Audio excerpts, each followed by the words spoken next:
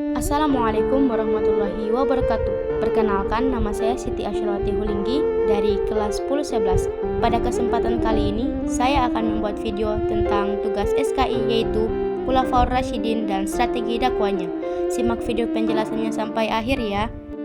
Sebelum masuk ke pembahasan intinya, saya akan menerangkan sedikit tentang apa sih Khulafaur Rasyidin itu. Jadi Khulafaur Rasyidin sendiri itu merupakan istilah untuk 4 khalifah pertama yang memimpin umat Islam setelah Nabi Muhammad SAW wafat, yaitu Abu Bakar As-Siddiq, Umar bin Khattab, Utsman bin Affan, dan Ali bin Abi Thalib. Jadi, secara harfiah, Khulafaur Rasyidin berarti para pemimpin yang mendapatkan petunjuk yang lurus atau pengganti yang cerdik. Masa pemerintahan mereka yang dikenal sebagai Kekhalifahan Rasyidin 632 sampai 661 Masehi dianggap sebagai periode emas dalam sejarah Islam karena pembentukan dasar-dasar negara dan agama Islam. Langsung saja kita simak video pembahasannya berikut ini. Yang pertama ada Abu Bakar As-Siddiq yang menjadi khalifah selama 632 sampai 634 Masehi. Abdullah bin Abu Quhafa atau yang lebih dikenal dengan Abu Bakar As-Siddiq adalah salah satu pemeluk Islam awal, salah satu sahabat utama Nabi Muhammad dan khalifah pertama yang dibaiat setelah kematian Nabi Islam Nabi Muhammad melalui putrinya Aisyah. Abu Bakar merupakan ayah mertua Muhammad.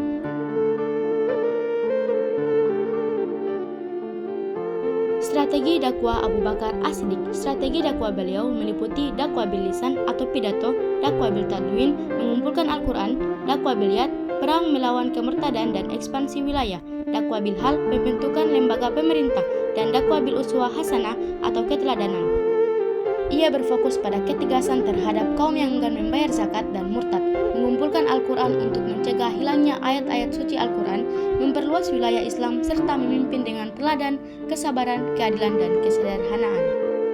Yang kedua ada Umar bin Khattab yang menjadi khalifah selama 634 sampai 644 Masehi.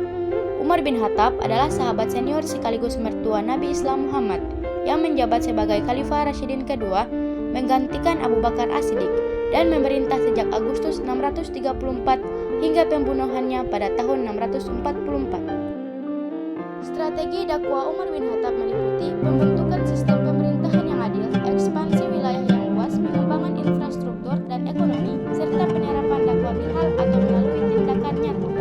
Ia menekankan keadilan dan keteladanan dalam menjalankan kebijakan negara dan memperluas wilayah Islam yang kemudian mendorong penyebaran agama Islam lebih luas.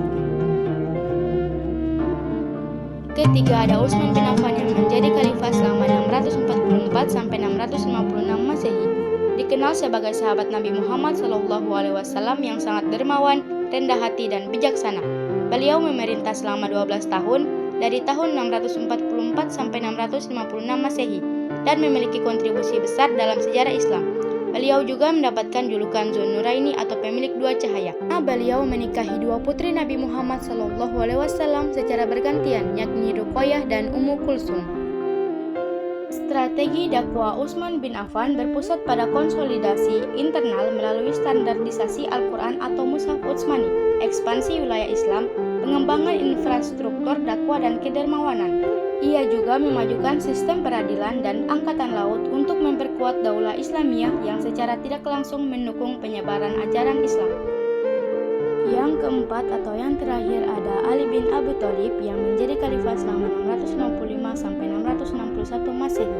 Ali bin Abi Thalib lahir pada tanggal 17 Maret tahun 599 di Mekah, Arab Saudi. Ali bin Abi Thalib juga merupakan sepupu sekaligus menantu dari Nabi Islam Muhammad dan penerusnya. Sebagai khalifah keempat yang memerintah negara Islam pertama, Kekhalifahan Rasyidin dari tahun 656 hingga kematiannya pada tahun 661 Masehi.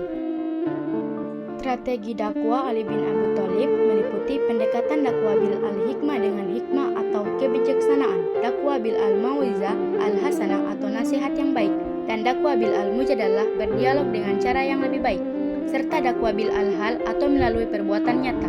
Selain itu, beliau juga memperkuat dakwah melalui pendekatan politik dengan menegakkan keadilan dan dakwah bil tadwin atau penulisan seperti partisipasinya dalam penyusunan Mushaf Al-Quran.